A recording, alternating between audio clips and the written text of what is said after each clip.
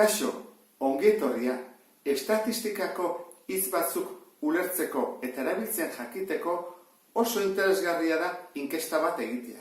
Eta hori taldean egin beharko dugu. Eta nola egiten da? 7 pauso ditu eta gero 8. denen aurrean aurkeztea egindako lan hori, ezta? Eta hasteko lehenengo pausoarekin zer egin behar da? Taldean erabaki behar dezute zein den zuei interesatzen zaizuen gaia.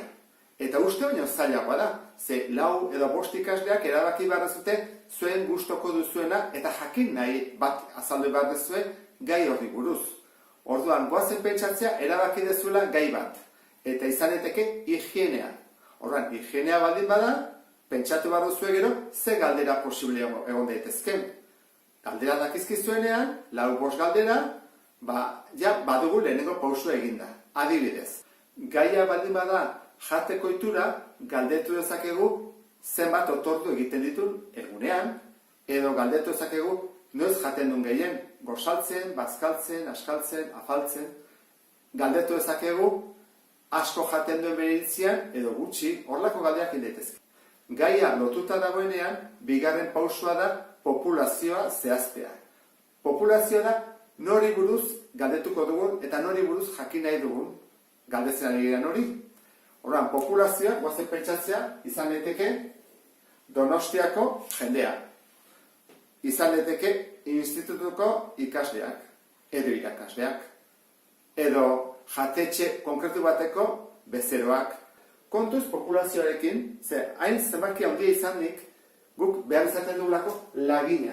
Orduan, lagina baldin badugu, taldetxo bati galdetzen diogu, adibidez, 30 pertsona, 40 pertsona galdetzen diogu, eta horiek erantzuten dutena, guk pentsatuko dugu denen iritzia dela. Orduan, denei galdetu beharrean, talde bati galdetuko dugu, laginari. Eta guk, kaso honetan, populazio ez eta oso ondo izan, bestela zaitasuna dugu lagina aukeratzerakoan. Ezin dugu aukeratu Donostian bizi denak. Zergatik? Ze bestela hasi beharko dugu auzo batetik bestera galdezka. Altzara joan beharko da, Antigora, Grosera eta leku guztietan. Amaran eta ezin dugu ibili. Guk murriztu behar dugu gure galderak eta 2 ordutan edo ordu betean egiteko. Ez gara biliko 3, 4, 5 egun batetik bestera galdezka jendeari ez da. 3. pausoak galderak behar bezala zehaztu behar ditugu eta inkesta horria osatu beharko dugu ere bai. Joaten dugeanean galdezka jendeari horri bat prestatuta eduki behar dugu, behaien erantzunak jasotzeko. Orduan, lehenengo jakin behar duguna da, galdera bat egiterakoan, erantzunak 3 motatakoak egon daitezkela. Izan daiteke, aldagai kualitatiboak. Orduan, kualitatiboa esaten denean da, kualitatibat ematen digutenean erantzun bezala. Gu galdetzen badugu, adibidez, zure ustez, markarik onena zein da mugikorra erosterakoan. Orduan esango dezute, marka bat. Edo, ze kirol praktikatzen dezu. Erantzuko dizute, zerbait baitare, futbola, atletismoa, igeriketa, edo ezarrez. Beste bat izaiteke, mutila edo neska den, hori da baitare, zenbakirik gabekoak dira. Orduan, kualitatiboetan ez da ateratzen zenbakirik. Kualitate bat.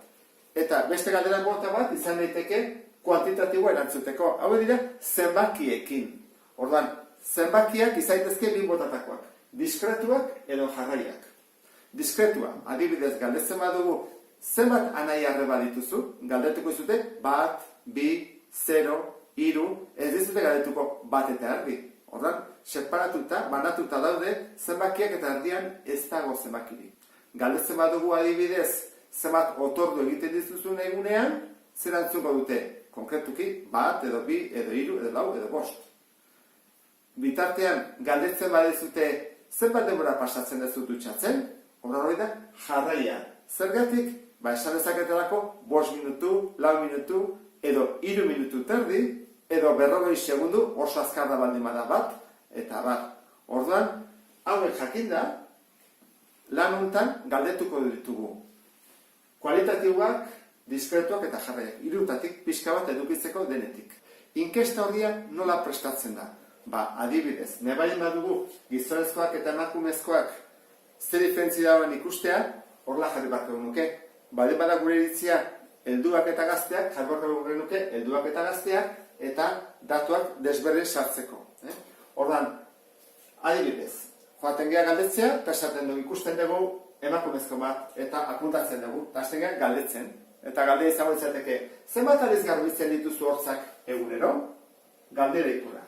Eta horra esaten digu, 3 aldiz, ondo da, 3. Eta horra, guk makiltxoa bakarrik jartzen dugu. Beste galdera bat, beste makiltxo bat, beste makiltxo bat.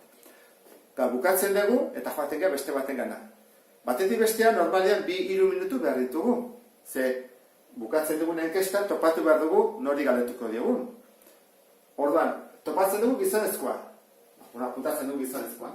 Eta galdetzen diogu, zenbat aldiz garbitzen dituzu hortzak egunero? Eta esategu, 2 aldiz, 2. Eta beste galdera bat, eta beste galdera bat, eta beste bat. Kualitatiboa baldin bada galdera, utzi behar dugu tarte gehiago. Hemen itxiagoa gelditzen da. Baina kualitatiboan ez dakigu nondi joango den.